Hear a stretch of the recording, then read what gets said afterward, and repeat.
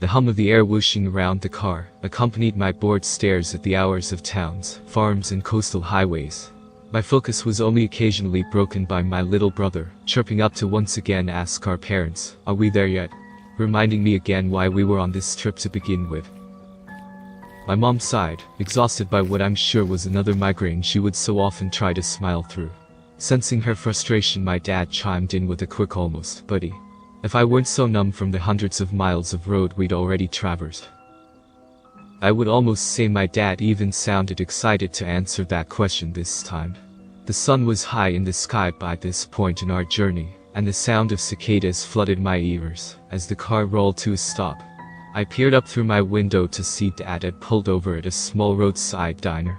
The place was obviously well past its prime, but judging by the amount of big rigs parked in the neat rows to the side and the scattering of cars out front, it was still doing pretty well. I hadn't even noticed how hungry I was until the scent of grilled meat and syrup wafted over me. The sound of bells chiming called the waitress to attention.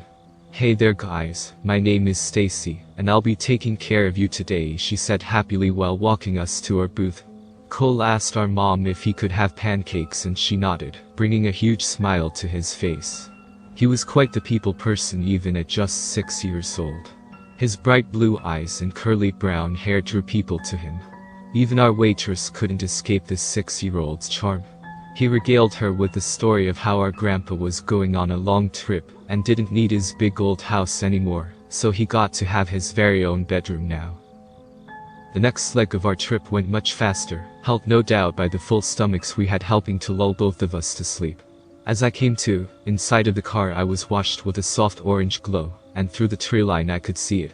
The house was a beautiful old Victorian-style home with a stunning garden, although at the time I couldn't have cared less. The car kicked up loose gravel as we made our way down the long driveway. Mom mumbled something about how I had been here once before, but I would have been way too young to remember. Dad pulled the car to a stop in front of the old house. Eager to get out and stretch my legs again, I was the first one out of the car. As my family began to unload themselves from the car, I walked toward the old house, hearing Cole call for me in the background. I waited briefly to let him catch up to me, so we could explore the new house together. The structure loomed dominant against the wild gardens and stone path that surrounded it. The two of us made our way laughing and racing to the back garden. The sounds of nature were new to me on this scale, and I found the buzz of the cicadas exhilarating. I even went so far as to tell my brother they were the sound of the sunbeams themselves. Following the stone path led us to the tree line of the forest. The stone path turned to packed dirt as the cool air from the shady forest floor enveloped us. "Austin, look," Cole called to me, pointing down to an old pocket watch that he had found along the side of the path. He scooped it up quickly and inspected his new treasure to be sure it was to his liking. Mom called for us from the front of the old house and was just as eager to explore the inside as we were the outside of the house. I ran back to the car, where our parents could be found pulling out our bags and setting them on the porch. Dad noticed the watch shimmering in Cole's hand and asked him where he had found it. We answered and Dad shrugged, stating that Grandpa must have dropped it at some point and that Cole could keep it since, like the house, Grandpa didn't really need it anymore. "Why don't the two of you go in and find your rooms?" Mom said, seeming to now share in some of the excitement that I had detected earlier in Dad. Not wanting to get the second choice of rooms, I bolted into the house. Greeting me as I entered was a large dark oak stairway, curving and leading up to the bedrooms. As I ascended the stairs, I couldn't help but to take in how dusty the place was. A thin blue-gray layer seemed to blanket every surface in sight. At the landing along the bottom of the wall was a large ornate iron exchange vent cover billowing cool damp air onto me. I chose the room with the best view of the back garden and woods lining it. From my vantage point I could even see the tips of the other similarly old houses peeking through the forest canopy. That first night in my new room in our new house, surrounded by strange foreign sounds and creaks from the age of the house, left me with little sleep. As days went on and weeks passed, I settled in a bit better. The creaking sounds late in the night still woke me up on occasion though. I also found myself growing frustrated with Cole. My things started going missing and days later would show up somewhere in the garden, where he now spent the bulk of his time. I'm not sure if it was from the isolation from other kids, or just because we finally had room to play for the first time, but Cole began talking to a new imaginary friend. This didn't strike me as anything particularly interesting, as he had had plenty of imaginary friends before, but this was the first one that seemed to stick for more than a day or two. The most interesting thing to me in the house was the large vents and the occasional small door cut into the walls, often leading to small crawl spaces or storage closets throughout the home. I could usually hear Cole talking through them, and although I knew there was no one actually with him, it always unsettled me a little. One evening when I was helping my mom with the monumental task of dusting the home, I noticed small prints in the dust. Curious, I followed the prints, and each time the path would end at one of the vents or one of the little doors. When I showed them to her mom, she seemed displeased, but brushed it off, saying, "I'll have your father pick up some rodent traps." Satisfied with the situation, I continued on with my day as normal. As the last vestiges of light from the setting sun faded from my window, I nestled into my blankets to sink into sleep. The sounds of the world faded, and weightlessness took over me until I was forced awake by the sound of the stairs creaking, followed by the click of what I thought must have been the back door. I stood hastily, rubbing the sleep from my eyes, taking in my surroundings. The familiar sound of walking on the stone pathway drew my attention to the back window. The moon was high in the sky, casting its cool white glow onto the world. As my eyes finally gained focus, I realized I was looking at Cole slowly striding along the path in the direction of the tree line. Unsure of what to do, I ran to her parents' room to wake them up. Clearly annoyed, Dad hurried down the stairs and out the back door to stop Cole, while Mom rushed to throw on her old white bathrobe and followed soon after. Once back inside the house, Cole claimed to have no memory of getting out of bed to begin with. Mom, still sounding a bit worried, stated he must have been sleepwalking. As the two of us were sent back up to our beds, I could hear the loud clicks of the old locks, and Mom scolding Dad for not being sure they were locked before he had come to bed. Over the next few nights following Cole's sleepwalking episode, one felt as though I was always being watched, and that there were always eyes on me, no matter where I went. I also found myself losing things more and more often. This built up to me yelling at Cole for hiding my shoes along the garden path. Storming back to my room, I noticed one of the vent covers had shifted off. While I adjusted it, I had heard a swift scuttle and saw what I could have sworn were little legs jet into Cole's bedroom. I followed into Cole's room to investigate. The room seemed to be completely empty. I noticed, however, that the glass on Cole's window was covered in small marks. Burned out from the evening, I trudged my way back to my bedroom and plopped down. I woke abruptly to the sound of scratching all around me. The sound persisted as shadows shot through the room, zipping across my bedroom walls in the moonlight. My gaze darted to my window, and there, staring back at me, were multiple small glowing eyes that met mine all at once. As quickly as I had been jolted awake, I thought my world go black as I fell to the floor. The following morning, I found myself lying on the floor next to my bed. Crawling to my feet, I called for my mom to come to my room, and I told her everything I could remember from the night before.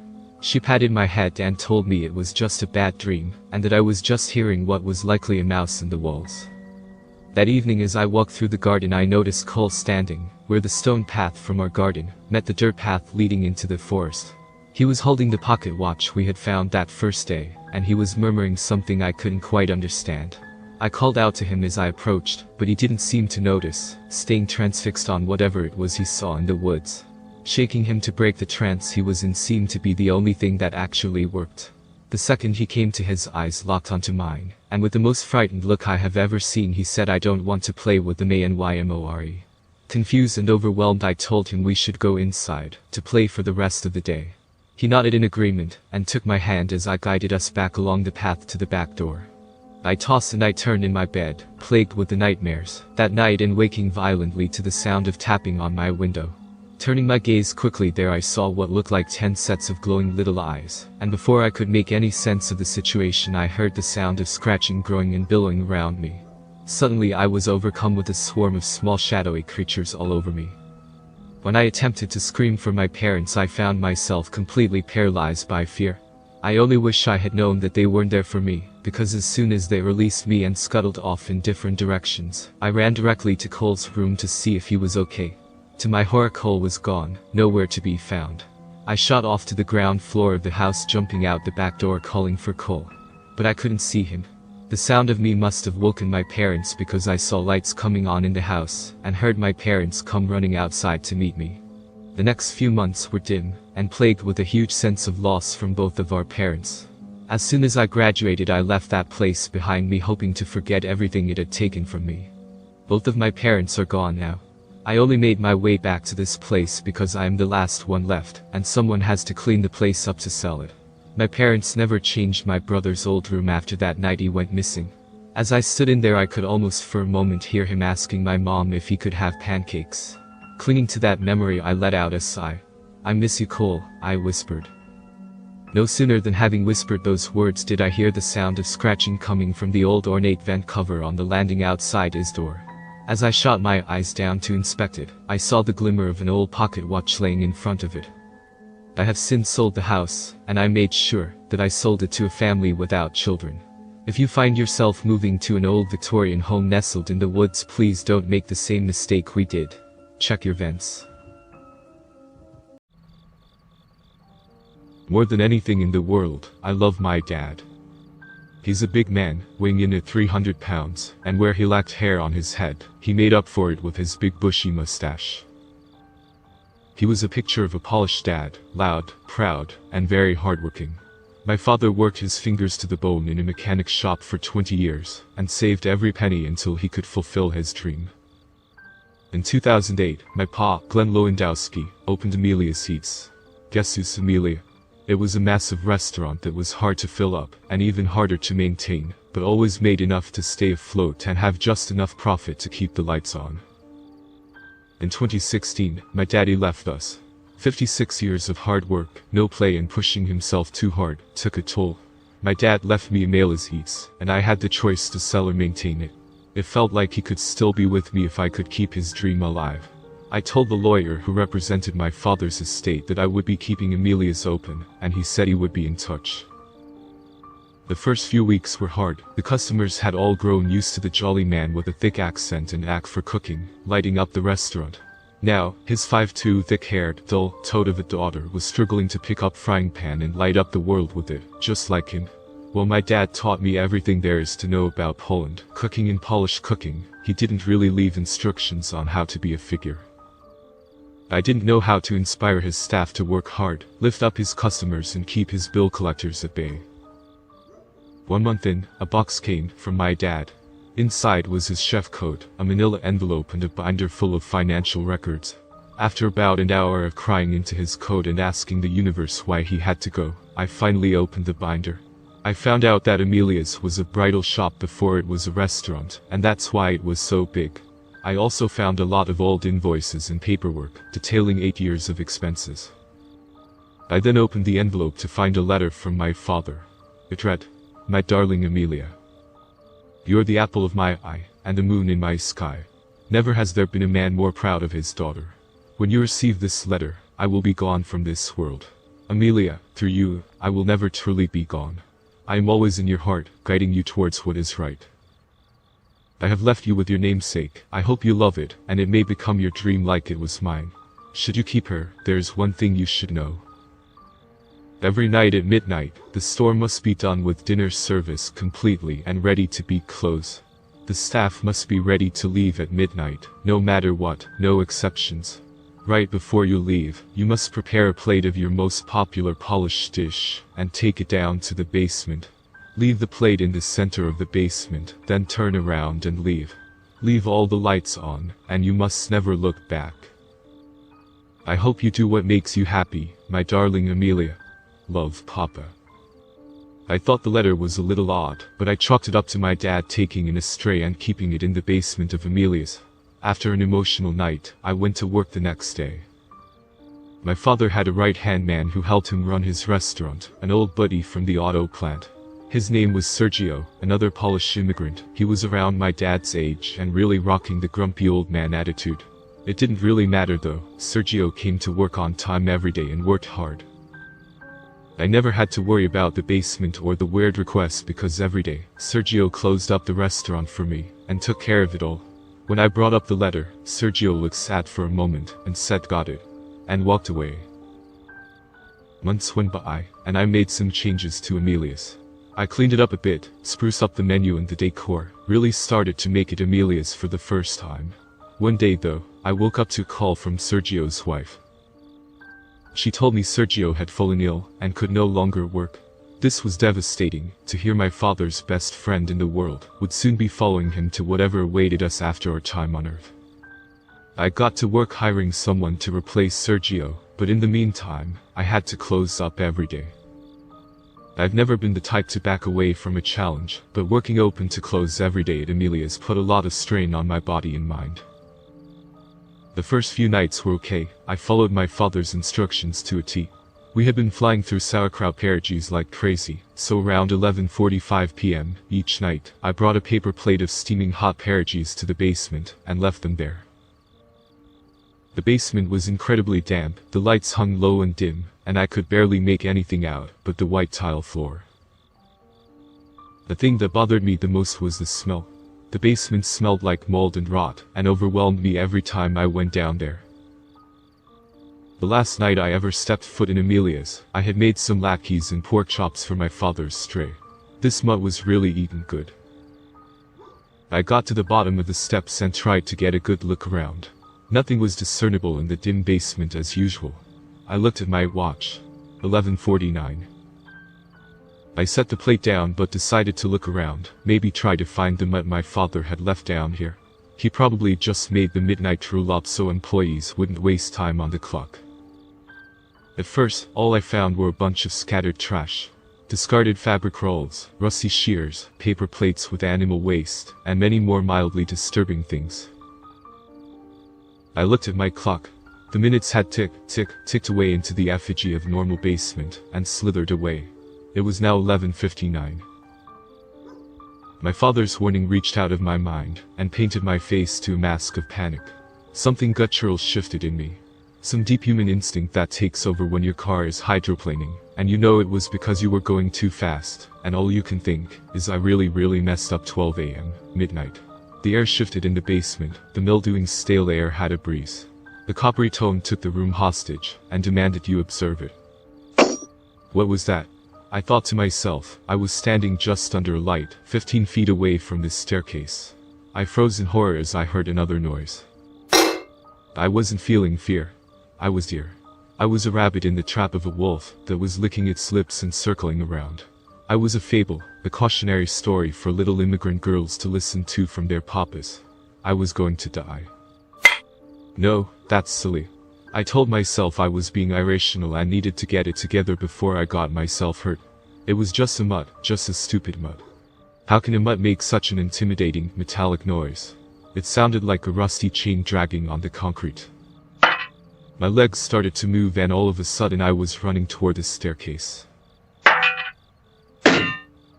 Whatever it was gaining on me, and fast. I leaped to the last step and heard a huge, and the sound of something hitting the ground. I dared to look and saw an emaciated figure on its hands and knees. That's right, hands. It looked like a woman in a wedding dress, with oily black hair, a cracked obsidian hole for a mouth oozing a sickly yellow pus, and 2 empty sockets for eyes. She looked like a person who had been wrung out and left to dry. She had a rusty chain around her neck, and bloody cuts around her neck from where she had tried to claw it off. Years later, I went to Sergio's wife's funeral. I encountered their son, Justin. Justin told me he worked with my dad and Sergio at Amelia's for a summer. One night, my dad's car had broken down. He waited for the restaurant to close, and Sergio gave him a ride home. On the ride, they got to talking. Justin said they were going on about how my dad got the restaurant for so cheap, because it used to be a bridal shop. He said that the owner had been kidnapping young brides and chaining them up in the basement, forcing his twisted fantasies on them every night. I don't know what that was in the basement, all I know is that I go my Amy now, and I'm doing my best to forget what I saw in the basement.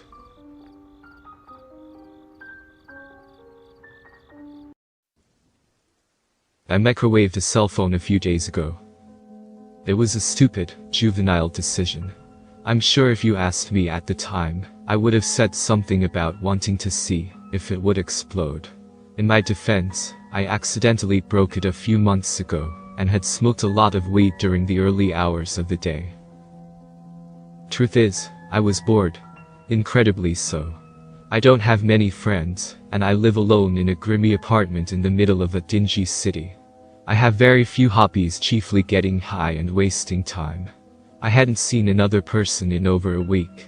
I hadn't even talked to my parents in months. Hadn't had a relationship in a year. I work 10 hours a day at home, and I don't know hardly anyone in this town. I figured the best way to combat this feeling of isolation was to look inward and appreciate myself more, but in doing so, it honestly felt like I've been pushing the people closest to me away. The only social interaction I get anymore is the voice call I get from my supervisor halfway across the country. This was the life I wanted. That's what I kept telling myself, even if some days I would remember that it wasn't. And on those days, I told myself this was a matter of survival. For those that are curious about the phone, it didn't explode, create sparks, or do anything cool. Rather, it spinned around in a circle, filled the room with the smell of burning plastic, and died after a few minutes in the heat. When I pulled it out, it was inoperable. It wouldn't start. The screen was black and unresponsive.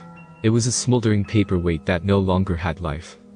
I chucked it on the kitchen counter, and prepared to go about my busy day of binging some movies, while working on my company's project, alone, and in the light of a single fluorescent bulb that illuminated my dark apartment.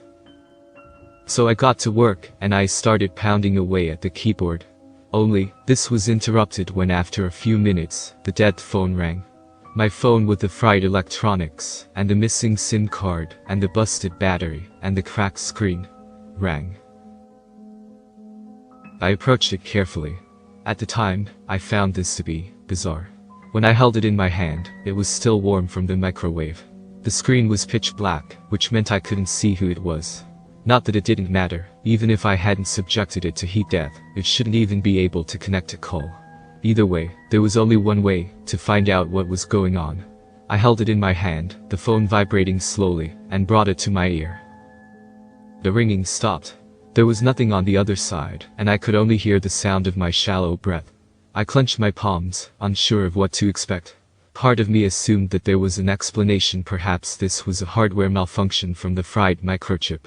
Yet after a minute of staying silent and hearing nothing, I finally spoke. "Hello?" I muttered. A faint gasp came from the speaker.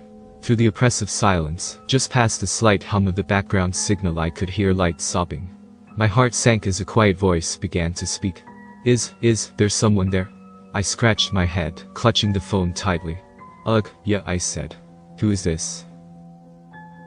After a brief spout of sobbing, she spoke more clearly. "I can hear you." She sounded young, like late teens. Her words were interspersed with tears and soft wailing. To be honest, the hairs on the back of my neck were starting to stand straight, and I began to notice just how cold the room was. I repeated the question. "Who is this?" "Jason, it's me. Samantha. You remember me, right?" Her voice was soft, low and barely audible. It was almost statusy with a slight hum behind it. She spoke abnormally slow and almost as if the words came difficult to her. There was, however, something else entirely concerning. "My name's not Jason. And I don't know anyone named Samantha." She erupted back into a faint sob, before giving me her full name. Then, she said something I was not expecting. "Please don't go." I started to think more clearly about what was happening at this time.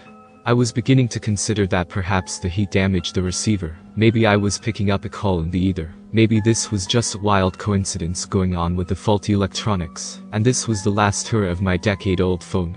I was convincing myself that there was an explanation. Not wanting to waste more time either way, I said what I had to say. "I don't know you, and you should hang up. I think you have the wrong number."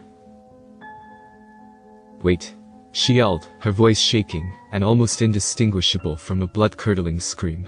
The phone erupted into static, and as it mellowed back down, I could hear her pleading. "Don't leave me. Please don't, stay, please."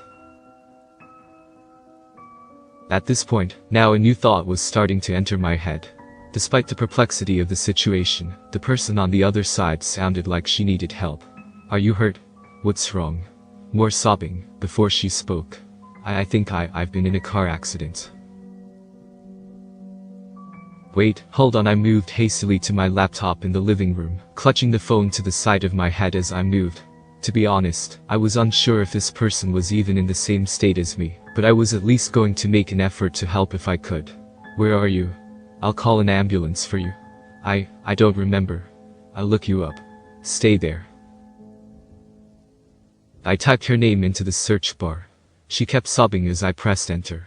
This was not what I had imagined I'd be doing this morning, but damn it, I was certainly intrigued. But most importantly, if I could help someone who needed it, it would make my week. This optimism quickly died as I put her name in the search bar and pressed enter. My hands turned cold, my bones stiffened, and my eyes sprung open. The search results were quickly conclusive.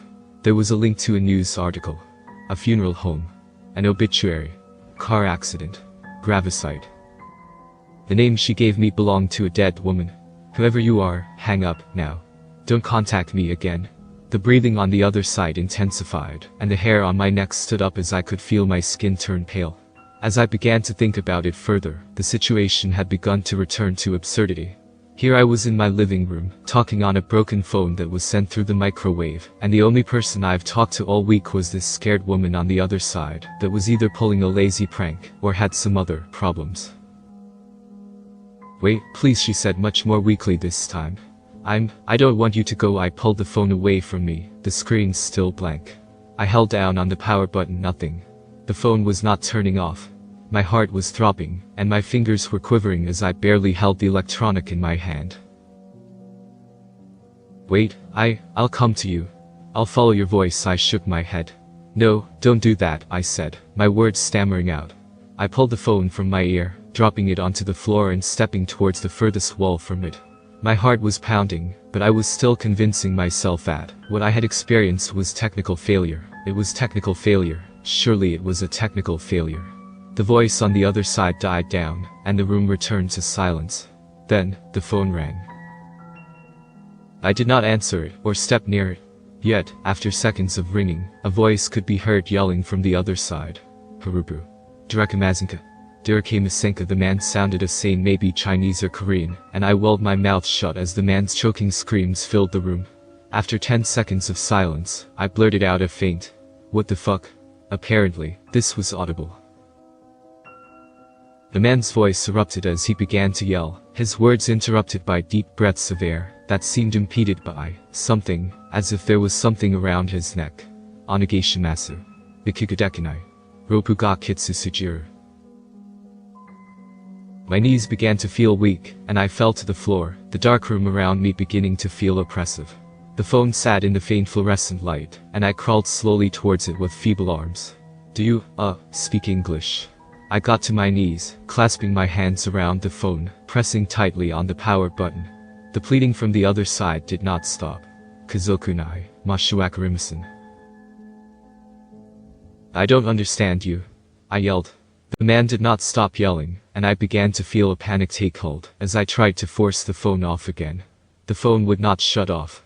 Suddenly, the voice on the other side was replaced with another ringing, and I sat silently, as now an elderly woman could be heard whispering something from the other side. "Is there someone there?" she said. I clasped my fingers around the device as I locked my front door, looking out my window at the early morning darkness outside. It was empty, as is usual for this hour, but I scanned the skyline for any lights that may be on, any person that may be watching me from a distance, anyone that could possibly be out there, alive. "What is going on?" I asked hurriedly. "What do you want?"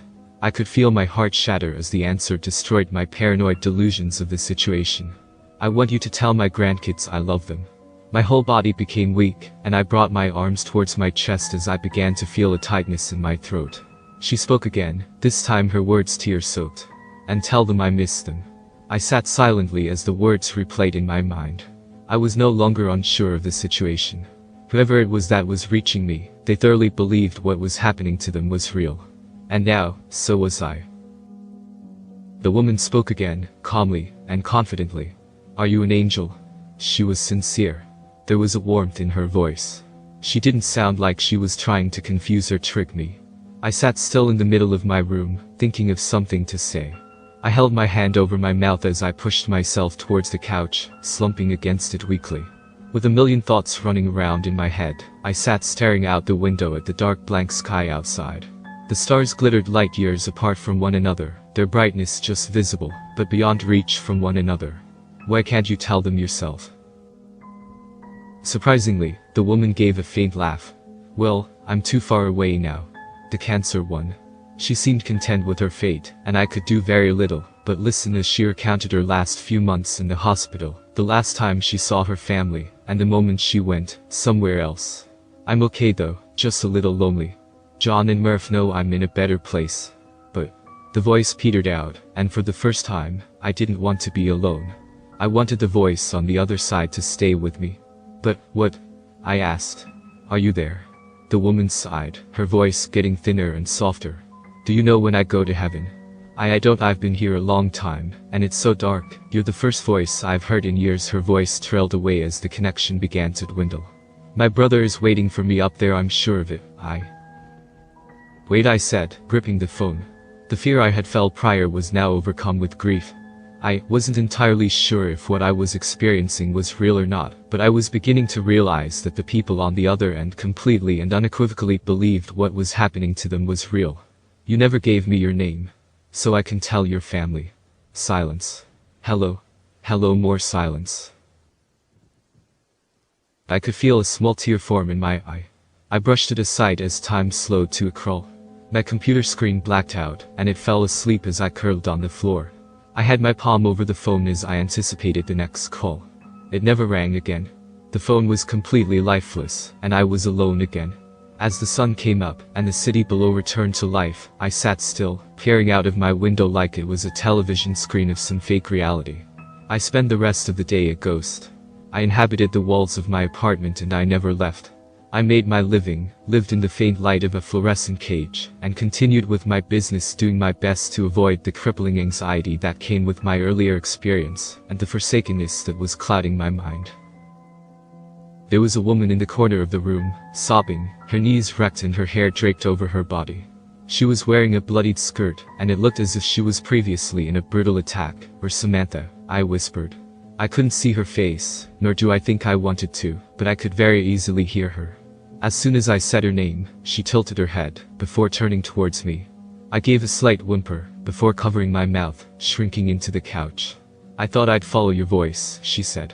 Her sobs echoed throughout the small room, and the sounds of the world were drowned out by her despair. "But you're not here."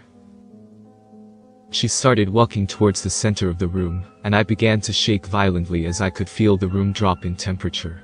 My heart was erupting from its cage, and I placed my covers over my eyes as I pinched them tight.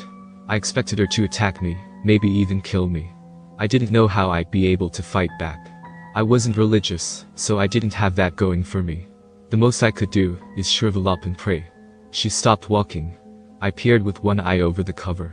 The figure was standing a mere foot away, but she wasn't looking at me. No, she wasn't looking at anything in particular. Her face was scanning the room, and she was wandering around, looking for something, or someone. I kept my eye trained on her as she turned towards the door, her sobs filling the room. Then, without prompt, she spoke again. "I thought you'd be here," she said. "I'm scared." That's when I understood. Everything was beginning to make sense. The terror I felt was monumental, but momentary. Hers was infinite. I no longer sat in fear. I mean, yes, I was still scared. But I didn't see her as an invader anymore. I only saw us as equals in this brief moment of time, unlikely companions. I said as calmly as my nerves would allow me. "I'm here with you." Her chin moved up, and I could see her pale skin and dry, dark eyes as for only a split second, a look of comfort washed over her bleak face as she turned to me. Yet, her gaze was past me, as if she was only following the voice.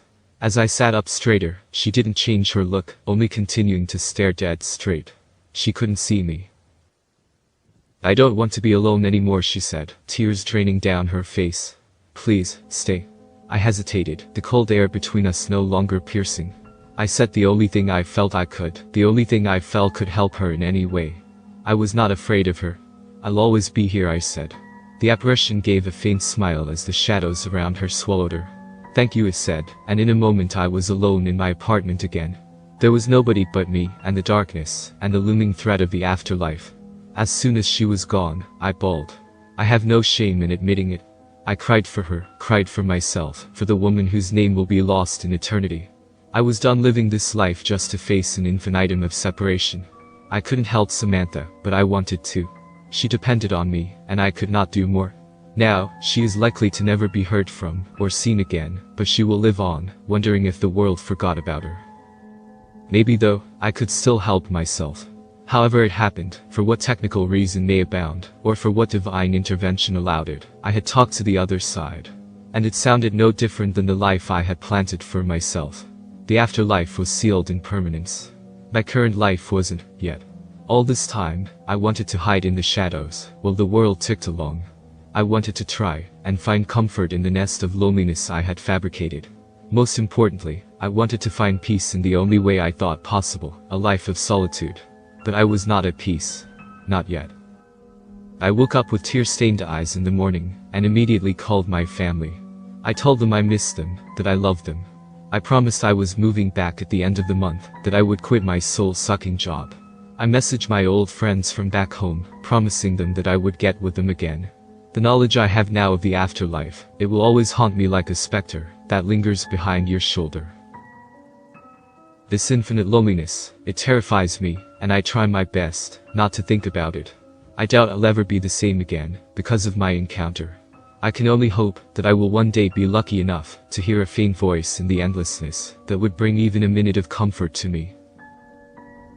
After I submit this, I will be microwaving my phone again. I hope that it works. I hope that when I set it on the counter, it'll ring once more and that a voice will be heard on the other side.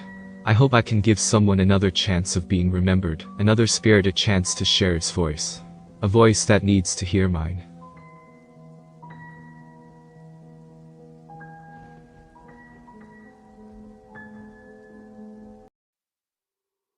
I shoved my spade deep into the fluffy brown soil I had carefully curated to create the most hospitable environment possible for my seedlings. I was making small holes to set my heads of cabbage in for the season. Cabbage with some salt on it was my favorite quick snack. You can judge me all you want, but it's better than junk food. The morning was cool, but the sun was bright and the sounds of nature swirled around me. I plopped the last seedling into its row and pulled myself to my feet. I brushed the earth from my hands and from my now slightly damp knees, and made my way inside. As I prepared my morning coffee, I gathered my bag for my weekly hike. My uncle used to take me out to this beautiful state park about 45 minutes north of where we live to hunt and fish, and I have visited as often as possible since. I even bring a bag along with me, so I can do my part to collect and remove some of the trash the not-so-responsible hikers leave behind themselves. More often than not, I leave with a full bag of garbage that just makes me want to wring the neck of every litterbug I see. At least someone is looking out for nature, and I'm proud to be the one to do it. Early on in my hike I had already picked up 2 empty energy drink cans and a trail mix bag. Why is it so hard to keep trash in your pocket? I thought to myself as 2 teenagers came into my view along the path. It looked as though they were both chugging from disposable plastic water bottles. Gross, I thought to myself. As I passed them, I was sure to wave in a polite way to them, and I said the signature phrase, "Be sure to only leave footprints." They laughed at me and mumbled, "Sure." I continued to enjoy the path, and pick up trash when I found it. Birds sang high in the trees above me as I took in the calming scent of the woods around me. My peace was disturbed by the sound of plastic crunching and giggling as it was tossed into the forest. My face grew hot and anger flooded my body. Little litter bugs laughing at lazy behaviors that do nothing but harm the world we all have to call home. Oh, how I hate people who can't respect nature. Days had passed, and I shook the powder pack to be sure all the chunks were broken up before I poured it into my watering can. Soft water droplets packed with organic nutrients that would help my heads grow big and strong bounced off of them before being pulled into the ground.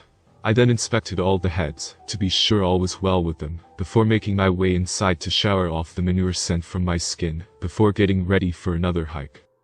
I bound my way out to my car with the same vigor and excitement I had every time I go hiking. Protecting and cleaning up nature can be such an adrenaline rush. 12, I said aloud as I passed my garden. 12 cute little heads ready to dine on the sweet clean energy from the sun. I smiled and started my car, being sure not to allow it to idle for too long to avoid additional pollution. My car door had barely slammed behind me when I saw the day's first piece of trash sitting amongst the cattails lining the lake. I stumbled my way down to collect it, being careful not to roll an ankle on the steep slope. Annoyed at the lack of respect people have for the wonder that is Mother Earth, I took a deep, slow breath. My therapist says that I have some anger issues, and that breathing can help me through them. I think hiking helps too, but I can't help being upset when trash is where it doesn't belong. Most of the hike ended up going surprisingly well. I had only found one more small bottle cap on my way through the worn-down path. That was until I saw a ranger sitting against a railing that guarded a lookout over the lake smoking a cigarette. I watched him carelessly flick the still-lit butt off into the trees. Baffled by the lack of concern I had just witnessed, I clenched my fist. I felt my face glowing red with anger and stated, "That's a wildfire hazard," to which he responded, "I'll handle park safety, lady. Someone has to be the one to look out for the earth." We had a sudden cold snap, so I had to miss a week of hiking. I also had to be sure to protect my heads from the possibility of frost. Being the resourceful person I am, I grabbed my bed sheets and covered the heads to keep their delicate exteriors safe from the elements. Once the sun had came back to us, I felt good about removing the sheets so my babies could soak up some much-needed sun. I applied another thin layer of fertilizer and gently patted it down. Bounding back to my feet, I grabbed my rag and cleaned the dirt from my palm. I practically threw myself out of my car and onto the start of the trail when I arrived. That cold snap had kept me away for far too long. Making my way through the winding path deeper and deeper into the serenity the forest provided, I stopped only once to pick up a wrapper from a sucker. As I did, an old man approached me from behind. Startled by the sound of his footsteps, I jumped. The old man apologized for scaring me and commented on how beautiful the day was. I agreed with him and placed the wrapper into my bag. He lifted a crumpled tissue to his nose before dropping it onto the ground. I could feel my heart start to race as my palms began to sweat. "Leave nothing but footprints," I said, looking up at the old man. He scoffed and flipped me off as he continued down the path. My vision went black with fury as I thought to myself, someone had to protect nature. You have to protect nature. It's been a beautiful growing season so far this year for my garden. I now have 14 heads in the plant bed. 14 round heads ready to help me reduce my carbon footprint and keep the world safe. Be sure to leave only footprints when you enter the woods. If not, I could always make it 15 heads in my garden.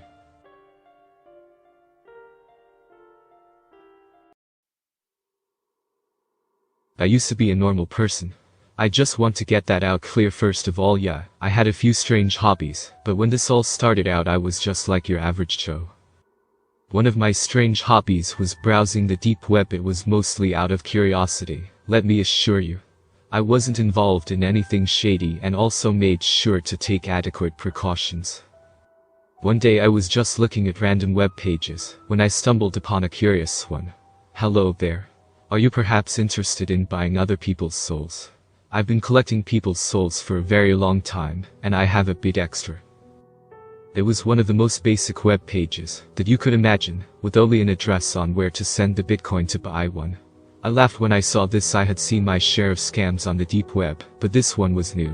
I went to close the window before something popped up on my screen. Hello there. I see you're browsing my site. My heart nearly froze as I saw it was a chat box. But I was sure the security measures I had taken were sufficient to prevent someone from tracking me or hacking into my computer. How did this pop-up appear out of nowhere then? Relax. I just noticed that you were going to leave without buying anything. It seems you haven't been convinced what I'm selling is real. Why not try a free sample? A simple yes and no dialog box appeared. Now, I should have clicked on no, but in my curiosity, I clicked on yes. A bad decision in hindsight, but I wanted to know where this was going. It's rather hard to explain what possessing a soul is like.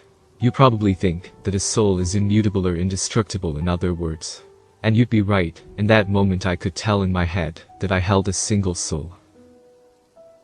But there was a way for me to manifest it in the real world. It appeared as a tiny ball of light no bigger than the smallest bone in your pinky. I reached out to touch it, and a flood of memories entered my head. The soul was of a woman by the name of Alexandra Cortez. She had not had a very happy childhood, and had escaped her home when she turned 16. A few bad decisions involving drugs and she had literally nothing left on her, and was slowly dying. It was here that her memories became less clear. There was a strange shadow that I could see, but nothing clearer than that. Mind you, everything else that I could see had been as clear as if I was the one seeing it. But this figure was covered in what I could only describe as dark smog. She had sold her soul to this thing in exchange for money. The rest of her life was rather good, not fantastic by any means, but it was still decent, and paradise compared to what she had suffered earlier. It all ended one day, when she was walking along a dark street corner and a man ambushed her. She died that night, though not the 4 hours of torture at his hands. There was far more. Of course, I had her entire life in my hands, but I only put down the important bits, given her whole biography could fill up several books. That wasn't all though. I could hear her thoughts as I held her soul in my hand. She was pleading, begging me to let her go. Now, you're probably wondering what the afterlife is like. I have to confess that I never found out, just that there was something beyond where souls could go to. After listening to her pleadings, I agreed to let her go. Much as I said earlier, I can't really explain how I let her go, just that I did. She vanished before me, and the light also went away with her, leaving my mind completely clear. I thought what had happened was just some sort of odd hallucination, or rather, I hoped that that was what it was. I didn't want to believe there was some monster collecting souls around on the internet. That was until 4 days later when I got an anonymous email linking back to that site. Hello there.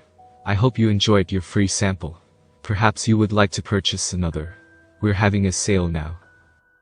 The mail confirmed for me that it wasn't some weird fever dream, and after a moment's hesitation, I decided to make an actual purchase. I should have realized that something was wrong the moment I saw the prices. They were dirt cheap, which made very little sense given what I learned later on. I got the souls of 3 more women, and they were quite similar in many ways. Much like with Alexandra, I couldn't see the entity they sold their souls to properly. The amounts of money they got for their souls were quite staggering. I had barely paid 0.00001% of that price. Again, that should have told me that something was off about this whole thing, but I was rather oblivious to the fact then. What I was more focused on was that they had all died in similar ways, by being ambushed by a man. They never saw his face though, but they had all died in agonizing ways. Letting their souls go free brought a certain peace to my mind. Kind of like animal rights activists who buy animals intended for slaughter and then release them, I guess.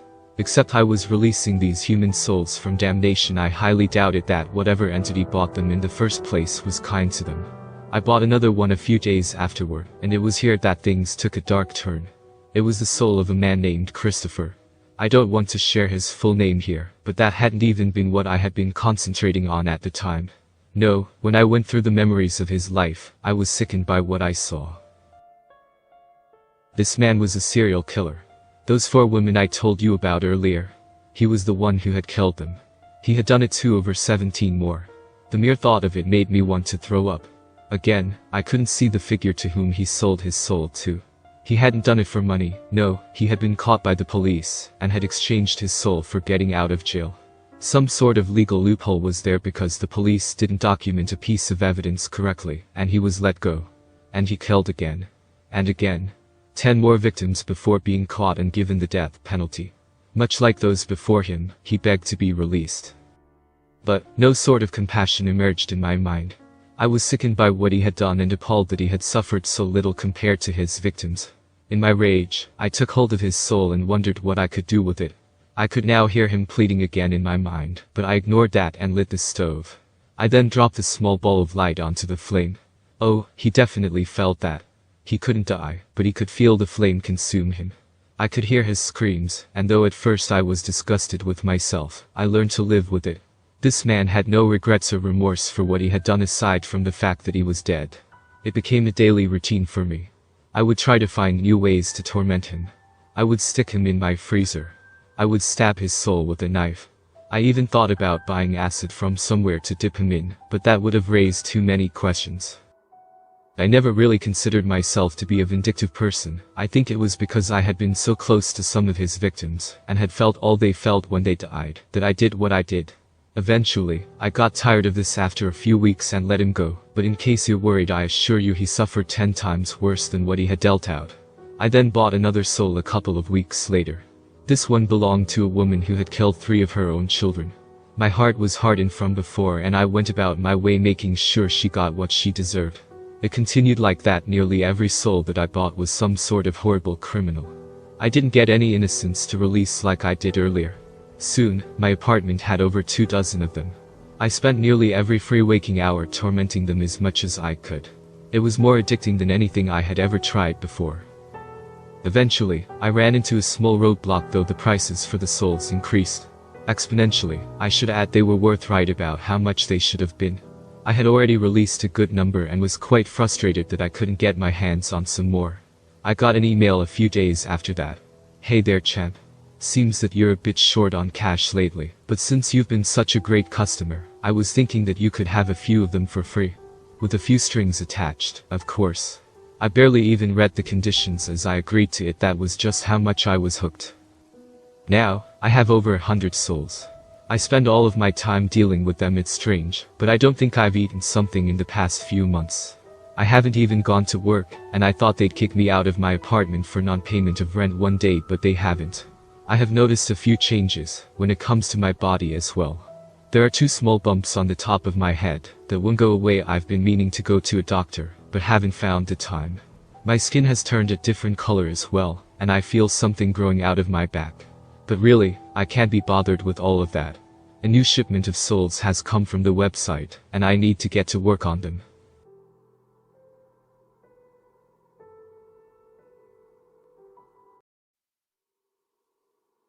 It was 2 months ago when I got the news.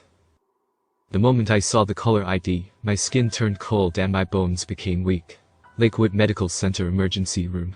I left the warehouse and headed straight there, wasting no time. She was still alive when I got the call, but just barely. Didn't matter. She passed before I made it to the front door. It was 2 months ago that my wife, Amber, died. She was 6 months pregnant with our Rose. We were expecting an angel, a light to bring to our everyday lives. We moved into the area for our child, both deciding where we wanted to start our lives as a family. She wanted a blue house, I wanted something by the mountains. We picked a perfect combination of the two.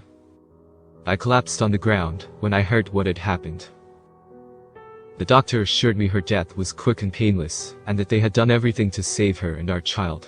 The other driver died in the collision as well, and it was immediately obvious that it was the act of a drunk driver. I sat motionless in the room for hours, drying eyes staring at the clinical lights, as I tried to hold myself from shaking to death. It was 2 months ago that I first saw it. As bright as the patient room was, there was a thin growth of shadows starting along the side of the otherwise pristine walls, small filaments creeping along the interior in a twisted but intelligent manner. It looked like a growth of mold, something a tad unnatural, but I really wasn't in the mindset to question anything. With tear-soaked eyes, I watched it slowly grow, but convinced myself it was a grief-driven hallucination. And if it wasn't, well, I didn't really give a fuck. The weeks following have been cold, forgettable, quick. I barely remember the funeral. My eulogy was short. I couldn't say many words without breaking apart. Her family kept to themselves and I was left to burden my own sorrow. I left the funeral home having provided only one real message. I loved her. Everywhere I went, every room I entered, it was there. A spindly shadowy shoot climbing up along the walls, sometimes hidden under a table or behind curtains. There was only one constant. It was growing, albeit very slowly. I didn't give it any attention. It didn't deserve my recognition, not when my entire world had been so effortlessly ripped from me. Weeks passed. I lost my job. The house became my prison. The world was impartial to my grief, so I became impartial to it. I really didn't need to leave. I had savings for months. I welcomed the comforting coldness of independence while I reconciled with what happened. I took up smoking, then promised I'd quit. Then I took up smoking again. The phone would ring, but nobody would answer. I was turned off. I wasn't a man, but a ghoul living in a tired body. I spent my nights in front of the television, fake light bouncing off my dreary face and into the void. I almost always held a cigarette in my hand, choosing the reality where everything was dizzy and sick over the one where I had to confront the looming darkness of the shadow that kept me company. This shadow was growing, and growing, and growing, and growing. I thought I could see roots and the small shoots of leaves forming along the shadow's figure. I had begun to feel a bit disconcerted with its presence, but I was in a maze of grief. Still, I was unsure if it was possible to hallucinate something so intricate for so long. This thing had followed me everywhere, always getting bigger and always present. I hid my uneasiness behind liquor. I drank every night until I fell asleep, stringing up the same dreams of a peaceful blue house by the mountain where Amber was still alive, still my wife, and I had a child yet to welcome to this world. Last night, I had the same dream. I was alive again, greeted by the warm smile and calm demeanor of a woman who I had promised my life to. The kitchen smelled of cinnamon, and I could hear the sizzling of a pan. I wasn't sure what she was cooking this time. Dreams are weird like that, but I remember approaching her from behind, nestling my chin into her shoulder as I closed my eyes. She laughed. I told her how much I missed her. She told me she knew. It was strange how vivid this dream had been. I could recount most of the details, and it was painfully peaceful. We ate together, watched a movie together, held each other. You've got a visitor. I was startled. She spoke clearly and crisply. I turned to look her in her eyes, my voice calm but muddled. A visitor? You can't stay long, she said. You've got something to tend to. I laughed, shaking my head. I'm staying here as long as I can. I'm serious. I tilted my head, now a wave of bewilderment washing over me. Who would visit me now? She didn't answer, instead smiling faintly and saying a meager few words. Be safe. The dream tore away from me, and I awoke laying in my bed, my face sweaty as I bolted upwards, staring into the darkness of my house. I was in my empty house again. I let my eyes adjust to the lower pitch, rubbing the crust out from under my eyelids. Outside, I could hear lightning flashing from a heavy storm, thunder crackling across the sky. It was the same room I had come to loathe. I sat on my side of the bed, her side filled with belongings of hers I had yet the heart to dispose of. The floor was littered with dirty clothes, my old work uniform, and bottles. The drawers were haphazardly opened, no longer sorted, and the television sat adjacent to the dark figure standing by the bathroom door. I jumped out of my skin. There was someone standing at the end of the room. As soon as it noticed I was awake, it moved. I shrilled, throwing the covers over my mouth as I watched wide-eyed in panic. The figure shambled forward, coming to the edge of my bed before speaking in a dry, raspy voice that could almost be mistaken as wheezing. Mr. Cutler, it said, his words sending an icy chill down my back. That's when my eyes fully adjusted to the darkness that surrounded us. The figure before me was dressed as a priest, his robe stained dark with dried blood, and his abdomen was punctured by twigs and sharp thorns. Small black barbs lined the wood that stabbed out from him, and they were rustling violently as he stood, motionless. His skin was raw and pale, his eyes had been replaced by a dark and violently twisted bark, branches plunging out and back into his skin. His entire body was adorned with scratches and open gushes, yet he paid very little mind to his condition. He only stared at me with missing eyes. I moved myself as close to the wall as I could as the figure stepped my way. I screamed, retracting my legs and arms as close to my chest as I could as my eyes focused on the man in front of me. Mr. Cutler, he said again, his mouth struggling to open and close. You've been visited by the tree. My mouth was agape as I closed my hands into fists. The rustling of the barbs on him was acutely audible, and they grew more violently as the figure stepped even closer. His breathing was labored heavily, as if he was fighting for his right to breath. What? I wish you no harm, Mr. Cutler. He brought himself to the edge of the bed, the outlines of the branches at a stark contrast to his pale figure. He sat down, turning achingly slow to face me. I am simply here by my master's will. The man before me should have been dead. I could make no mistake about that. He was punctured at least a dozen times over and repenetrated in areas that should kill him. He was enveloped in a twisted and evil growth, and it looked like he became host to a carnivorous abomination. Your master? I stammered. Words barely came out. I spoke shallowly, yet somehow, the corpse priest heard me. Yes, and it's rather displeased with you. Why? He turned to look towards the door as he brought his body back to a weak stand. Would you like to come with me? Will you kill me if I don't? As I told you, Mr. Cutler, he said, beginning to slide his way towards the hallway door. I wish you no harm. By some miracle, I could feel my nerves soften as I heard the calm in his voice. I was most certainly experiencing something otherworldly, and I knew I was no longer in a dream. No, everything I was witnessing and experiencing was undoubtedly real. I could feel the sweat dripping from my forehead onto my trembling hands, the air had turned frigid, my eyes were dry, and the room was exactly how I left it, before I fell asleep save for this unknown intruder. I spent another minute huddled against the wall, before swinging my legs slowly over the bed and nodding my trembling head. Very good, he said, the corners of his mouth drooping as he pushed these words out. He turned a blank eye socket towards me, before heading his way to the hallway past my door. My master is dissatisfied with you, because you have chosen to ignore her. I've been ignoring a lot of people, I said.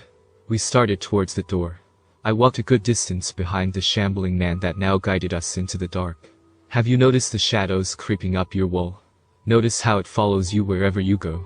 I nodded, staying silent. Then you've already met my master. At least, you've had a brief introduction. We passed the nursery at this point, my heart pounding as I clenched my hands. I stopped in the middle of the hallway, grief filling me again as I glanced at the nursery door. I hadn't opened it in months, and have tried to ignore its presence since the accident. I knew what was inside, an empty crib and boxes full of clothes we had bought for Rose. The figure turned to face me, and spoke.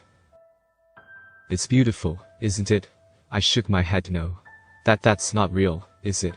It's more real than you or I. We merely live in its shadow. He winced in pain, a pool of blood showing up in the center of his robe before a small shoot poked through, then stopped. I let out a yelp when the shoot turned towards me, the shape of the twig resembling that of a tooth. He clenched his chest, gathered himself, then started speaking again. Would you like to meet her formally? I think I'm going to pass on your offer, I said, my voice stumbling as he walked down to the kitchen, and towards the abomination. Please, Mr. Cutler, I assure you that it is as harmless as I.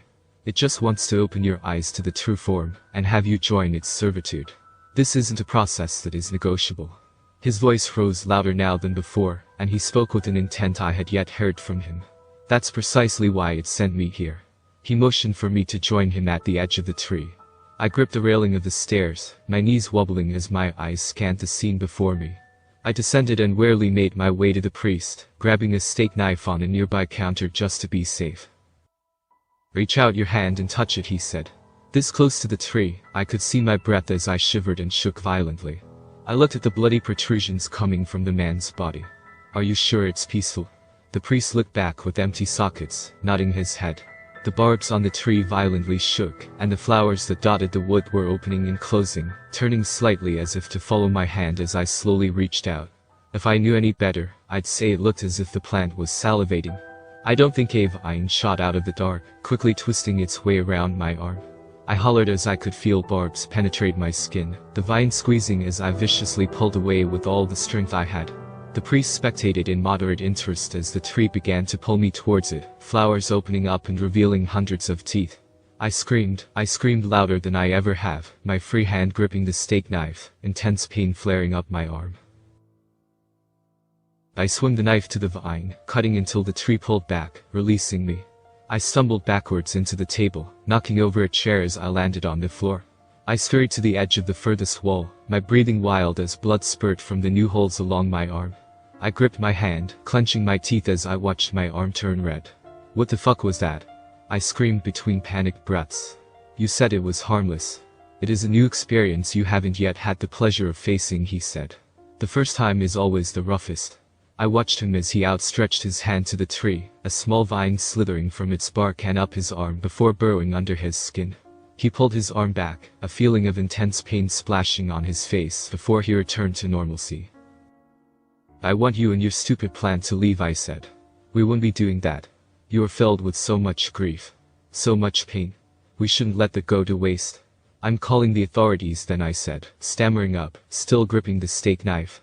I hadn't really considered that even if I did, there wouldn't have been anything they could do. You can call the police, and you can run. But it is futile. The tree is only visible to those it seeks, and it seeks only you. It lives under you and I, and has forever.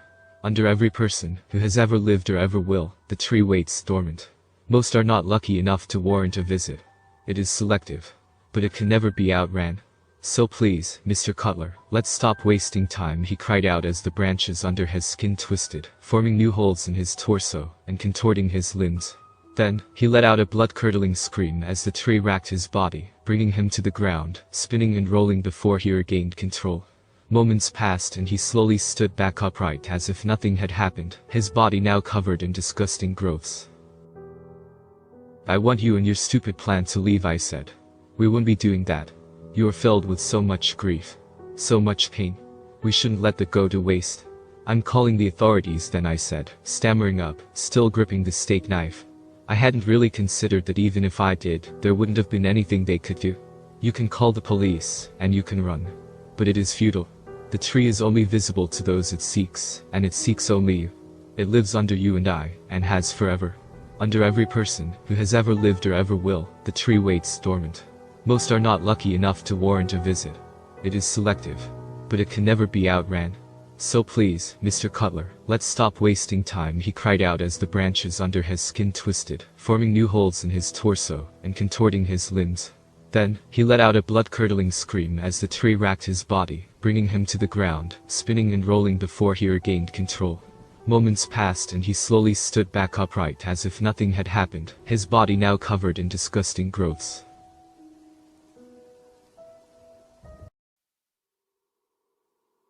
It's using you, I said through seething teeth. You're letting it, and it's eating you alive. That is such a primitive way of looking at it. His voice boomed across the house, and I began to feel goosebumps grow on my skin. The pain in my arm flared, and the tree began to creep further along the walls of the kitchen, branches extending over the back door. I turned to where the front of the house was, small twigs now blocking the exit. The priest made his way to me, holding an outstretched hand, the barbs whistling at me as he came closer. I stood further back. You must understand, it only wants to give you a new purpose. I mumbled, fear overtaking me again, as I refused to look at the figure standing before me. And what has it done for you? It saved me as I died. I spent my last weeks running from it, very much like you are. But I could never get away. And so, in my dying breaths, no longer able to escape, I embraced it. It has burdened me with the truth of our world and the world beyond, the world of the true form, and now I act as its agent, so that others may see the light as I have. I began to stand, inching closer to the staircase. So that's it then, you let it kill you. It didn't kill me. It gave me a new life. No, I died because of something far more mundane. He turned to me with empty sockets, a new darkness filling his gaze. Before he spoke, I could feel my heart accelerate, and my body stiffened as my fear was turning into something far more primal. He coughed up blood and glass before speaking again. The cause of my death was an automobile accident. I felt the temperature of the room rise from the dreary cold I was now beginning to grow used to. In the back, the tree was beginning to grow again. A car accident. Precisely that.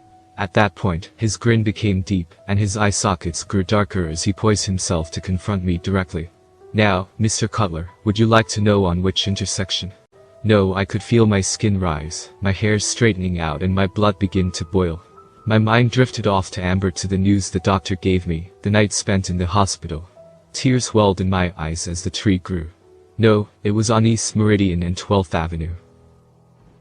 Stop talking. I could hear the rustling of that damn tree as the branches began to expand, and the walls exploded with ingrowth. I stood straight, ignoring the pain in my arm as I stood to face the figure before me, gripping the knife in my hand. I saw the other vehicle coming. It was a yellow sedan, wasn't it? I don't remember the exact details. I was quite drunk. I screamed as a fist cut through the air, and landed in the center of the bastard's face. He stumbled back, and I brought another blow to the other side, the force causing him to meagerly shamble closer to the tree. He laughed, the needles hissing in a viscous cacophony. She works in mysterious ways, wouldn't you agree? But alas, it's just a faint stroke of paint in a larger frame. Tears dripped from my face as the rustling of the tree grew in intensity. I stood in a dark house, alone and cut off from the world, as I began to realize what I had done. The tree had grown substantially, its branches beginning to poke away from the walls and the kitchen all but enveloped.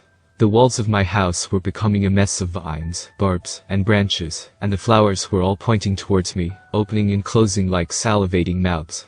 The priest smiled, and I glared at him with bloodshot eyes. You killed my family. You took my child's future away.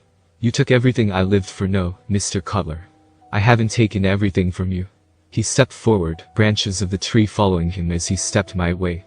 Not yet, anyways. But I will. And it'll be for your own good. You will embrace the tree. Fuck your tree. Vines snaked around his ankles, extending across the floor like a dark labyrinth. Do you know what she said in her dying breaths? She kept calling out your name. Now, you should understand that speaking with a punctured lung is very difficult, but she did try. I could feel my legs wobble as my body grew weak. I stammered towards the stairs, turning away from the tree and the priest, my back exposed. And your daughter was going to be a fantastic doctor. She would have saved so many lives. I fell to the wall, my bloody arm feeling loose. I could hear the tree approaching. Please, I sobbed. I don't want any of this. You would have had a son as well, he said. Would you like to know more about him? My hands had become a mess, deep lashes oozing dark blood that fell to the floor. The pain was near unbearable, and I held the bloody stumps towards my chest. As I shambled up the stairs, flashes of lightning outside were muddled by the oppressive growing of the tree. Vines snapped at my ankles as I limped toward the hallway, blood oozing onto my shirt. I pressed my body against the wall, branches slithering into the hall from my bedroom. I turned behind to see the priest crawling up the steps, the vine wailing in the air as it was trying to grip onto me. I thought I could hear him begging for help. I was surrounded. There was only one way to go. I turned towards the nursery, pain flaring through my hands as I gripped the door, turned the lock, and fell through.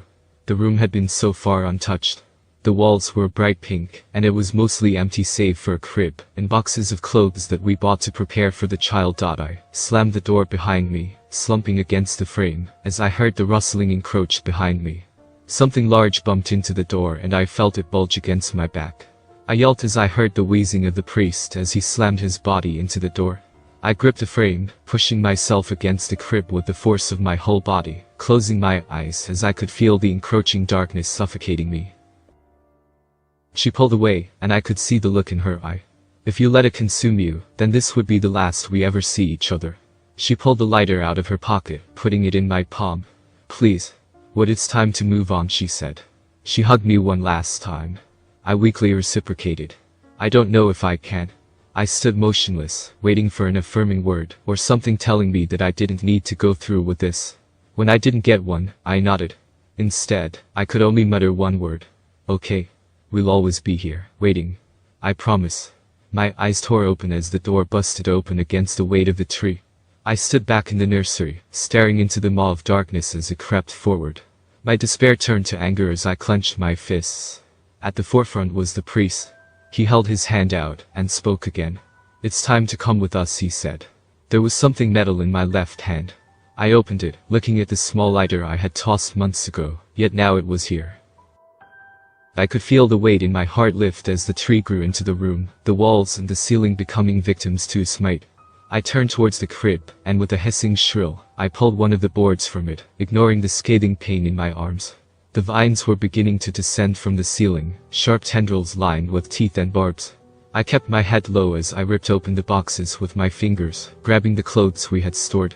I tied as much as I could around the end of the board, working as hastily as I could with trembling fingers. Once I had the makeshift torch in hand, I gave one last look at the priest, then flicked the lighter on. He winced as his abdomen sprang open with vines, and I lit the torch. My blood boiled as I ran into the edge of the room, the fire growing in intensity as the tree enveloped me in its twigs. I twisted my foot, tossing the torch into the darkness. The vines grabbed at me, and I could do very little but cry out as the fire flared in the hallway. The priest hissed, and the tree stopped moving for a moment. The vines started to flail as the abomination caught fire, and my house was filled with a horrifying shrieking. I pulled my arms from the now weak tendrils. The priest shrieked, his clothes catching fire as his skin began to crisp. Cutler, what the hell do you think you're doing? He retreated into the hallway, tumbling down the stairs as the rest of the house began to envelop in flame. The tree continued to shrivel and twist away in defiance, the smoke clogging the air, the sound of wood popping and sparks flying. Outside, I could hear the lightning intensify as I got up from the nursery floor, covering my mouth with shredded arms. For once, the tree ignored me as I made my way to the hallway, faltering down the stairs. I knocked into the pictures hanging from the wall, their frames coming to the ground as the frame of the house gave in to the flames. Pictures of me and Amber burned behind me as I continued to look forward, my feet giving away as I fell to the lobby of the house. I pressed myself up, watching as the ceiling erupted into a bright red and orange light. The tree retreated back into the corner, and I was left alone inside of a burning house.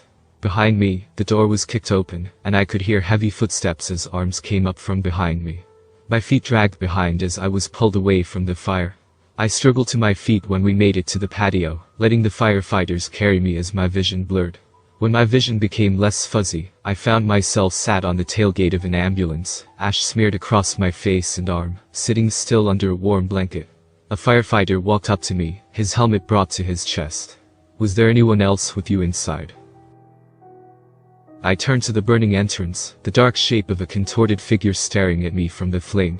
I saw branches poking from his body, and he stood motionless for a few moments before turning into the fire, engulfing himself in the flame. I shook my head no.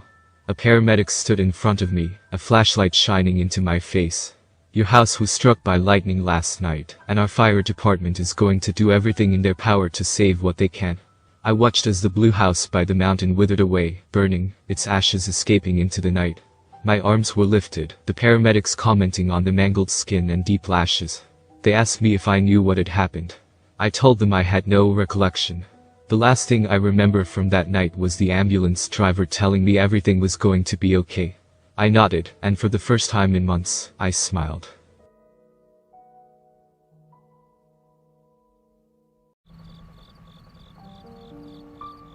What do you do when there is nothing else left?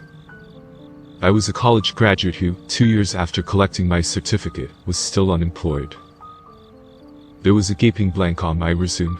Add to that the fact that my debts were out of control, and it's fair to say I was a mess, and growing ever more desperate. So what was I doing about this? How was I digging myself out of a hole? I was staying up all night trolling through the internet. Is there a point at which the internet does end and sanity begins? I neither knew nor cared. I watched thousands of clips, read conspiracy theories and news reports until they blurred into one stream of hyperbole. I slept fitfully during the day, and went back online the minute I woke up. I would surf, even though I needed to go to the bathroom, until it hurt. I forgot to eat or drink, and soon I had a permanent background headache. Like a lot of addicts, it was not long before I moved on to the harder stuff, the deep web. I was sickened by a lot of what I saw, but still immersed myself more and more. When I stumbled across the site that changed my life, it looked fairly innocuous at first. There was a simple hero image of the outline of a human body, and a drop-down menu in the top right-hand side accessed via 3 short lines. For other people it's one more bet, one more drink. I clicked on one more link. I was surprised to see only 2 options, buyer and seller. I wasn't going to be buying anything real soon, so I followed the Warren Marks seller. This sub-menu left me open-mouthed. It listed items that could be sold and gave the price the seller would receive. All I needed to do was add details for my preferred way to receive payment, then tick the box next to the item. The first item on the list was likeness. For the price shown, I could pay the 2 months I was overdue on my rent, and buy wine and pizza every night for a week with what was left over. Now I was not sure what was meant by likeness. Other items that I could sell via the website were more straightforward. Things like my social security number, my date of birth, even my name. A lot of these seemed like a way to commit fraud for the buyers. All very dubious, but at least, I thought, they were paying to use these details, rather than simply stealing them as so often happened. Likeness seemed more ethereal though. I decided it meant the right to use my image. A photograph of my face. I also decided I really wanted a beer and pizza, and to be able to tell my landlord to get off my back, because I have paid your damn rent. I added my details for the money transfer and ticked the box next to likeness. Press submit. A transaction processing symbol turned into transaction complete. A new box appeared giving me the option to comment. I typed, "Do you need me to send you my photograph?" thinking this would answer my question about what exactly I had just sold. A moment later the reply came. "We already have it." I flashed back to some of the things I had done in front of the computer screen, then decided I would rather not think about it. Feeling nervous, sure I was being scammed, about to kick myself for being so naive, I checked my balance. What do you know? The money was in there. I went back to the good old innocent web and ordered the largest, most overloaded pizza I could think of, then began to add sides. It took 2 weeks for me to blow the money from selling my likeness. I had had a great time, without leaving my apartment, and I had paid no rent. Not to worry, I told myself, and returned to the deep web and my new favorite website. This time, I hovered over fingerprints. 30 seconds considering, flagged a dozen dodgy things this could lead to, but it was the money I would make that made me think, whatever. I ticked and submitted. This time 10 small boxes appeared on screen with an instruction for me to place the ends of my fingers in them. Which I did, and within seconds the transaction was complete, and within minutes I could see that I was once again flush. Problems over. I could pay my rent and enough off a credit card to make that bank back off. In the comment box I typed, "Thank you." The reply was almost immediate, "You are welcome." Now, I don't know if anyone reading this is a gambler. But I guess if they are, they would not by now have put money on me spending the money wisely. And they would be right. This time, I told myself another couple of weeks later, I would get my act in gear. I spent significant time going through the items I could sell and created a spreadsheet with how much I owed, so I knew the amount I needed to earn with this one final sale a part of me. I had decided, you see, that this had to be the last time. There was a relatively small number of things left I could sell, that I was prepared to sell. My name, date of birth, and social security number were still no-goes. I did not want to risk losing the ability to have a bank account and find employment. A history of being a disaster did not mean, in my mind, that I always would be. So, one final sale it was, then clear my debts and find a job. I ticked the box next to sell body part. From the next list, ticked kidney. I was close to hyperventilating when I pressed submit. Close to tears not long afterwards, when I checked my balance. I felt a huge pressure being lifted. With this money I could finally get my life back on track. The comment box already had text in it. I had been too worked up to read it, so I took a deep breath and did. It was an 8-digit reference number, an address and a time later that day. An appointment for me to have my kidney removed, I figured. I considered not going. I already had the money, so why bother? Then I thought back to the message telling me they already had my photograph. Whoever ran the website probably knew where I lived as well, or could easily find out. It was not rocket science to work out that they were probably bad people, criminals, some kind of gang. Not people to cross or mess with. I felt sick as I left the apartment at the prospect of having an operation, but also elated at the amazing things lying ahead for me. I just needed to get this over with. The address turned out to be a nondescript building on the outskirts of town. The windows were all shuttered and there was no signage, just a human outline I recognized from the website. A keypad was fixed into the wall next to a sturdy-looking door. Not sure what else to do, I entered my reference number.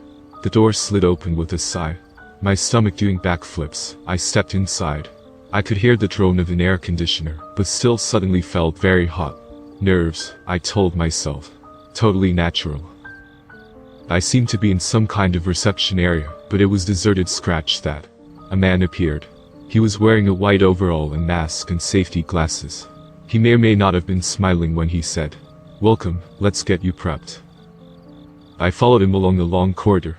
The walls were blank, whitewashed, and the smell of antiseptic was growing stronger. Eventually, he turned off into a small windowless room. I hesitated on the threshold. There was a raised table, fluorescent strips overhead. A stack of equipment next to the bed. Medical, I guessed, though I had no idea.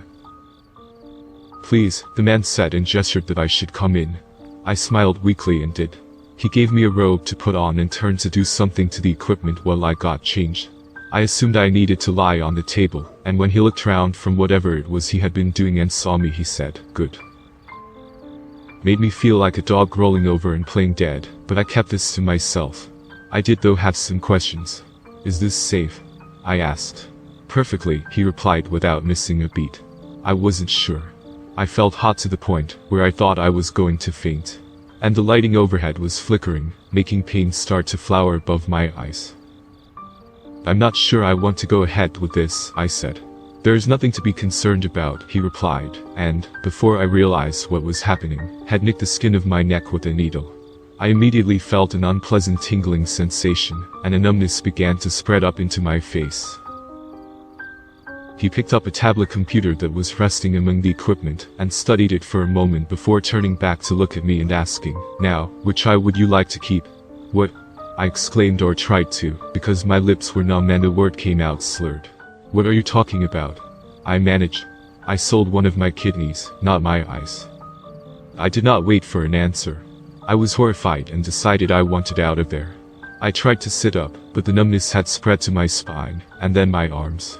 I was helpless to do anything but lie there, and watch as he once more studied the tablet. "No, no," he said in a quiet, relaxed voice. "The records show that you agreed to sell a body part, but did not specify which one." "I tick kidney," I tried to say, but by now my mouth would not move, and I could not feel my tongue. I could feel my heart beating faster and faster, felt like I could not breathe. Cold sweat trickled down into my eyes, blurring my vision. I could see this. I could not feel it. I wanted to scream. Wanted to cry out in terror. But my jaws were locked, my limbs useless. All I could do was watch as the scalpel came into view, and as he lowered it slowly towards my left eye. "It will all be over soon," he said, and then the blade became a shadow over my eye, a darkness that was soon all I could see. That was then. This is now. I am writing this in an internet cafe, after trashing my laptop's hard drive and ditching it. There's just me in here and the owner. I think he would like me to leave from the dirty looks he is giving me. But before I head off, I have one more thing to do. I have enough money to buy a coach ticket and go a long way from here, away from everything and everyone I have ever known. I have just logged onto the site and found what I am looking for in the seller menu. Name, date of birth, social security number. I tick sell on all three, enter the details in the boxes that pop up, press submit, and moments later the money is in my account. I have been withdrawing as much cash I can daily, and after I go across the road to the ATM and withdraw the latest amount, I will snap my card in half and throw it away. Only, the screen has changed, the comment box has opened up, and a new message has appeared. We like and follow you. I feel tears begin to flow from the eye they did not take.